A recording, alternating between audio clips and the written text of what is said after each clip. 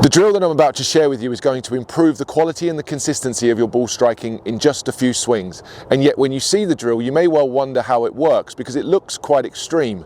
However, once you try it, I promise you this is going to transform the way you think about ball striking, and you'll likely never practice any other drill again. So there's no question in my mind that inconsistent ball striking is the #1 skill that amateur golfers should be looking to improve if they want to play better golf. And you'd already know that somewhat intuitively, because when you hit the ball solidly and you strike the center of the club face, the shot feels effortless and you think to yourself, if only I could do that more often. But most people struggle to recreate those impact alignments because they're not doing the two key things that you need to do in order to truly compress the ball properly from the ground.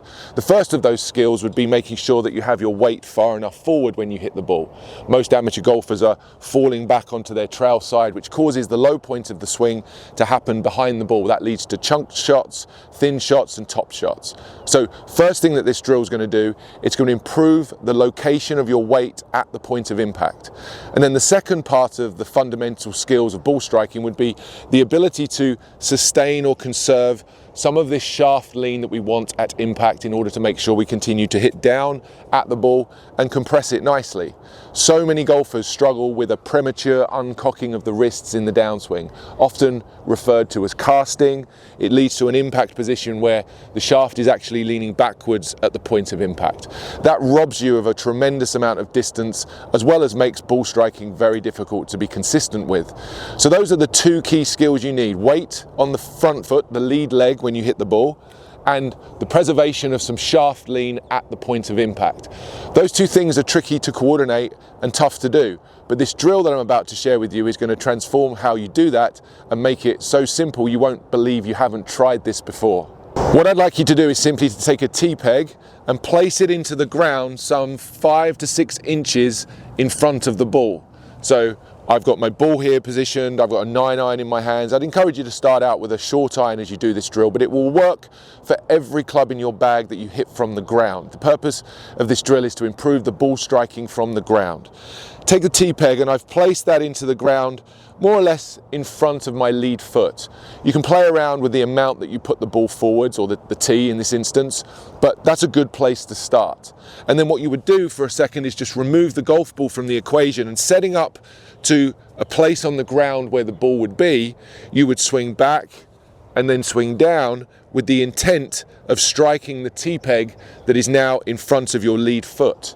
Now, in order to do that, you're going to need to do a couple of things that I just spoke about. Number one, you're going to need to move your weight to the lead side. If I leave my weight on the trail side, if I hang back, or even if I stay just in the center and don't move my weight sufficiently forwards, I'm unable to strike that tee. The bottom of my swing happens too far back. There's no way I could hit that tee. So just by having the intent of striking the tee that's out in front of my lead foot, it's going to encourage you to make that weight shift that's so vital and so evident in all great ball strikers. So just take some swings, trying to strike the tee as you come down and make contact with it. That's going to help you with that first piece, the weight. And then secondly, the wrist position, or the shaft lean that we spoke about, also needs to be intact in order for me to reach that tee. If I put my weight forward but I continue to flip or scoop towards the ground, by the time the club reached the tee, it would once again be coming away from the ground. I would not have the ability to strike the tee.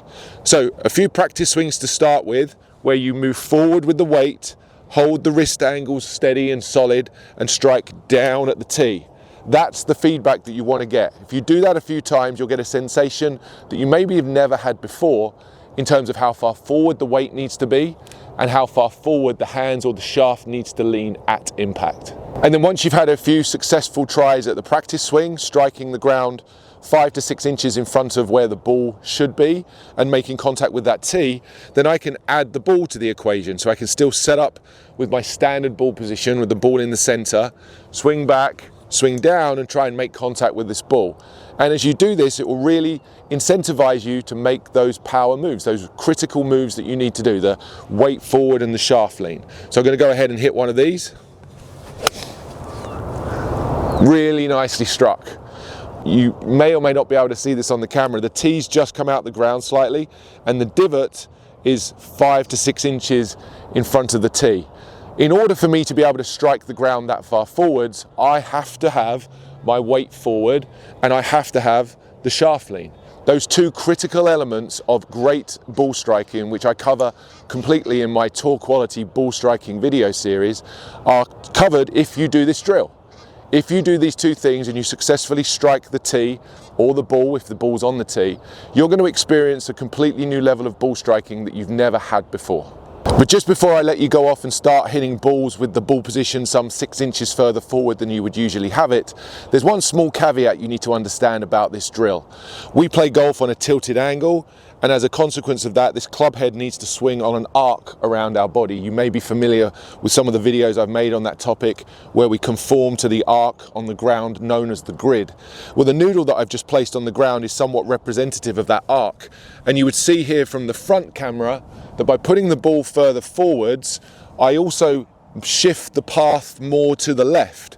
What does that really mean in simple terms? Well, it means a lot of golfers who put the ball this far forward in their stance in order to reach it wouldn't necessarily use the two things that I spoke about, the weight and the radius management to achieve the contact. They would do it via an out to in swing path. So you have to be super careful of this piece. This is absolutely critical to this drill working and being successful. You put the ball forward, let's say opposite the front foot, and you achieve the contact by moving the weight forward and keeping the shaft lean. What you must avoid is getting to that ball by swinging across. And the way that you would do that, or the way that you could do that, would simply be to put an obstacle in the way of that out to in swing path. So now I'm going to just reposition this noodle, place it on a very slight angle on the ground here that's representative of the swing arc. And now I'm going to set up to where the ball would normally be. So here's my regular ball position.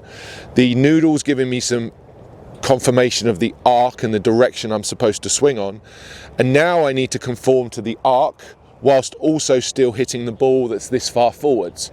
That's going to require the weight forward, the shaft lean, and from this down the line view, a club head that's traveling on the right path as opposed to one that's coming across the ball. So if you can conform to these three pieces, weight forward, shaft forwards, and staying on the arc, you really are developing the most efficient way to hit the golf ball. This will truly teach you the feeling of a properly compressed, well-struck shot from the ground. So it's a great little training station for you to set up and practice from. Weight forward, handle forward, and stay away from the noodle. That's a beautifully struck shot, dead straight and very good distance as well. Again, the tee came out of the ground. One of the things you'd want to try and do here when you're doing this exercise is not simply to pick the ball cleanly off of the tee. The tee's only about half an inch, maybe even just a quarter of an inch above the ground. You really are only using a little bit of help there from the tee. But ideally, when you're hitting these balls, not only are you hitting the ball, you're also picking the tee out of the ground as well. That would suggest you're getting the sufficient downward angle of attack that I've been demonstrating there, where the divots are clearly very much in front of the ball. And if you were looking for a great training aid to help you set up a station like this every time you practice, so that each and every time you hit balls you are actually training the skill of better ball striking, then I would suggest you consider taking a look at the strike wedge.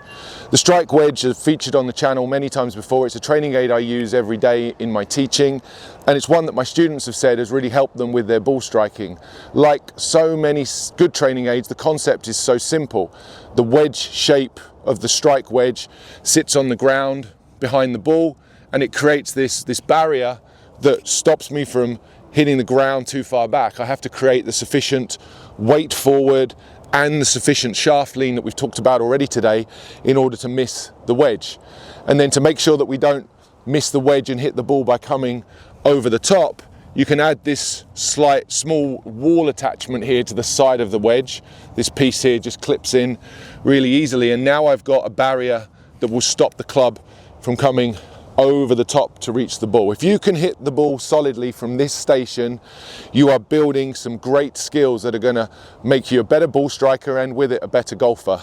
So we can go ahead and set up with the club in its standard position. I've got the strike wedge lined up here.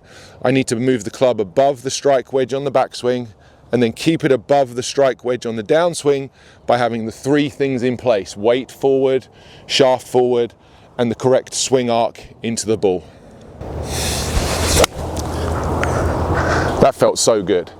I think when you really do this, you may wonder why you'd never thought about this before, but not only that, you may recognize for the first time, possibly ever, just how far forward you really need to be when you hit the ball. I spend most of my days helping golfers to improve this skill, and one of the things I think is quite eye-opening for many golfers when they realize just how far forward their weight needs to be. They never quite grasped the concept. They may have known that it was supposed to happen, but they never quite realized how far forward it needed to feel. The final thing to talk about here would be, how do I take this from a drill to the golf course? It's all well and good setting up in this special setup here. We've got the training station, we've got the ball teed up. All of those things are great, but now I'm going to go and play golf. What am I supposed to do? Well, I'd certainly say that if you do enough of this practice, it will start to transfer into your game more instinctively, more naturally. It will become your swing. But you can also be using the grass and the ground when you play to encourage this to happen. What do I mean? Well, you play golf on the golf course and you're standing on the grass, whether that's on the fairway or even in the rough.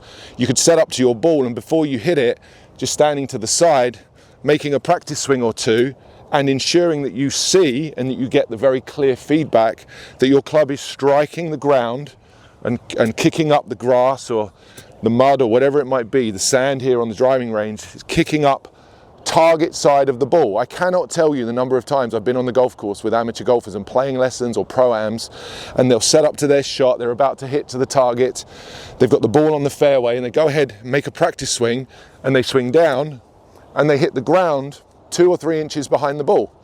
And it's often completely oblivious to them that they've done it. And then they'll set up again, and they might have a second practice swing, and they'll do the same thing. They'll hit behind the ball. That's only serving to encourage what we don't want to happen, that fat shot or thin shot or the top shot that you're so used to seeing. If you really want to get better ball striking, you need your club to bottom out after the ball. The low point of the swing needs to be forwards. And we know the things that control that now. We need the weight forward, we need the handle forward, and we need to conform to the correct swing direction. But I could do all of those things just by having a much stronger intent of hitting further forward on the ground. So let's make sure those practice swings are forward and they're encouraging me to hit the ground where I want to. That's a good thing to step into the shot with.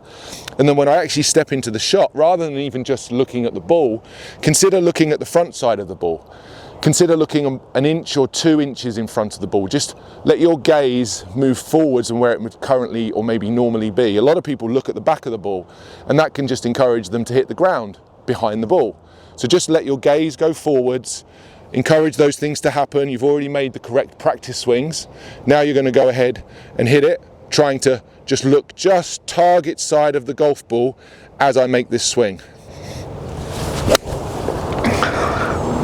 It really doesn't get any better than that. Once you start to experience that type of quality and consistency of contact, you will never think about ball striking any differently. So give this drill a try. Let me know how you get on in the comments, and I think you're going to find that this is the best you've ever struck the golf ball.